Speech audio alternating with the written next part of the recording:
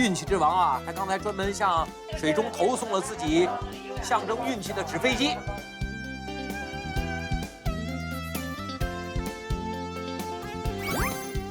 好，来看看。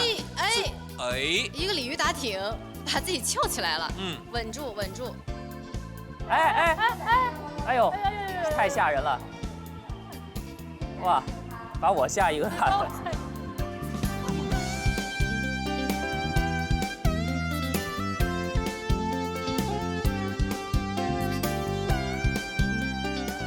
好，现在来的这个小平台不错。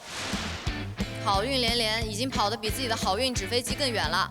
网友都称他为叫做空投战士，因为在游戏当中他多次被巧妙空投，希望他今天呢能够靠自己的努力空投到最后一关激流勇进，并且能够登上高地。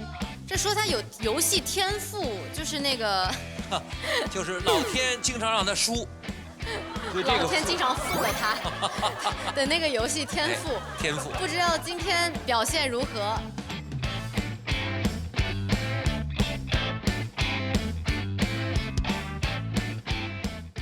接下来给你们看看高玩的技术，很简单，来到存档点了。哎呦，上面碰一下啊，这下撞的让他应该更加清醒，千万不要昏沉沉。真的很简单，你知道吧？哎，走你，走。好的，哎呀，完全受到刚才忐忑主任上面这一撞的影响。刚才我说了。希望不要把他撞得昏沉沉，话音未落他就跌入水中啊！我这张嘴呀，哎呀，真是个乌鸦嘴呀！天赋玩家实至名归，当头一撞，晕头转向，弹射起步，痛失电池。现在只想问一句：今天的存档点，改天你还来赌吗？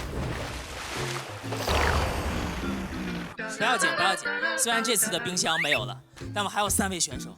对，接下来3位勇士一定要加油，救我们出去啊！